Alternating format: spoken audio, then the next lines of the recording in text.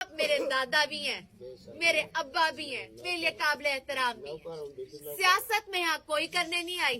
میری طرح آپ کے ذہن میں بھی سوال آ رہا ہوگا کہ یہ گلے میں ہار پہنے یہ فلمی ڈائلوگ بولنے والی بچی ہے کون؟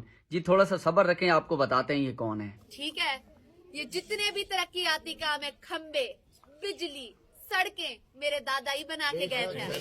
ٹھیک ہے، آپ سے پوچھا نہیں، تھانے کچہریوں کے چکر لگائے ہیں، زمینوں پہ قبضے کیے ہیں.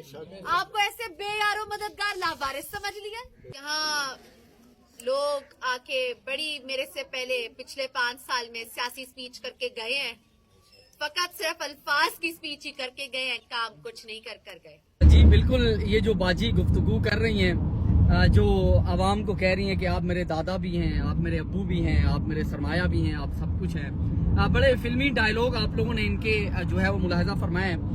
اچھا تھوڑا سا اگر میں ان کے بیک گراؤنڈ کے بارے میں آپ کو بتاؤں، شاید ان کی شکلیں آپ لوگ پہلی بار دیکھیں اور آپ یہ سوچ رہے ہوں گے کہ جنوبی پنجاب سے ایک خاتون جو ہے وہ این اے کی کینڈیڈیٹ ہیں اور ماشاءاللہ بڑا فخر محسوس کر رہے ہوں گے کہ ہمارے علاقے سے بھی ایک خاتون اوپر آ رہی ہے. خواتین کو اوپر آنا چاہیے، میں اس چیز کو اپریشیٹ کرتا ہوں، لیکن اس خاتون کے بیک گراؤنڈ کے بارے میں اگر میں آپ کو تھوڑا سا بتاؤں وہ یہ ہے کہ ماشاءاللہ یہ جنوبی پنجاب کے معروف سیاستدان عبداللہ شاہ بخاری کی پوتی ہیں، جو بڑی دہائیوں سے جنوبی پنجاب کے اوپر سیاست کرتے ہوئے آ رہے ہیں. اور نہ صرف ان کے دادا بلکہ ان کے والد صاحب باسط سلطان بخاری صاحب پاکستان کی نیشنل اسمبلی کے 3 بار ممبر رہے ہیں، اور نہ صرف ممبر بلکہ وفاقی وزیر کی بھی خدمات سر انجام دیتے رہے ہیں. ابھی پچھلی پی ڈی ایم کی حکومت میں جہاں عوام 2 وقت کی روٹی کو ترس رہی تھی، جہاں عوام بجلی کا بل پے نہ کرتے ہوئے خودکشیاں کر رہی تھی، اس میں بھی یہ ماشاءاللہ وفاقی وزیر تھے اور 15-20 گاڑیوں کے ساتھ ماشاءاللہ 15-20 گورنمنٹ کی گاڑیاں پروٹوکول کے ساتھ یہ روڈوں کے اوپر گھومتے تھے. یہ ان کی صاحبزادی ہیں، بیٹی ہیں. یہ اپنا منشور لے کے جنوبی پنجاب کے لوگوں کے پاس جا رہی ہیں، گھر گھر جا رہی ہیں، کارنر میٹنگ کر رہی ہیں، جلسے جلوس کر رہی ہیں، اور یہ لوگوں کو کہہ رہی ہیں کہ یہاں کی خواتین کو تعلیم ملنی چاہیے، یہاں کے لوگوں کو پختہ سڑکیں ملنی چاہیے، یہاں کے لوگوں کو گلیاں پکی ملنی چاہیے، کھمبے ہونے چاہیے لوگوں کے پاس.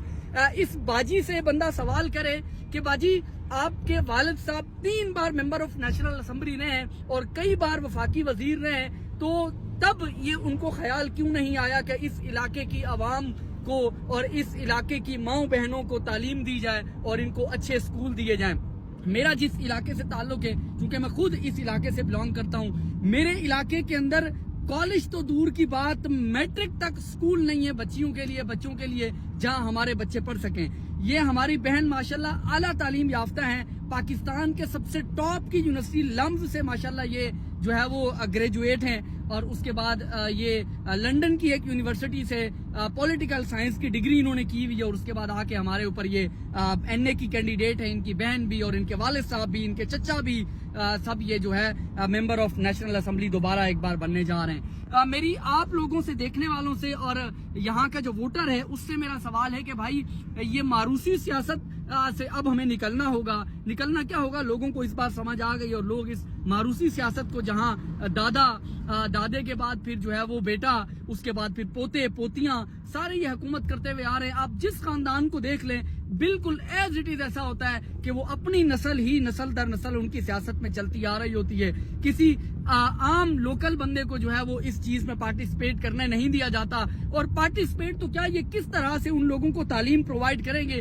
اگر بچے تعلیم حاصل کر لیں گے، اگر بچے شعور حاصل کر لیں گے، اگر بچے تربیت حاصل کر لیں گے، تو ان ماروثی سیاست کرنے والے لوگوں کو وہ بالکل ووٹ نہیں دیں گے. ان ماروثی سیاست کرنے والے لوگوں کو وہ اپنے درمیان آنے سے پہلے سوالات کریں گے، ان سے ان کی کارکردگی کے بارے میں پوچھیں گے، ان کی پچھلی سابقہ جو حکومت رہی ہے اور جس میں وہ وفاقی وزیروں کے مزے لوٹتے رہے، اس کے بارے میں وہ سوال کریں گے. تو اس لیے یہ یہاں کے لوگوں کو تعلیم نہیں دیتے، یہاں کے لوگوں کو شعور نہیں دیتے.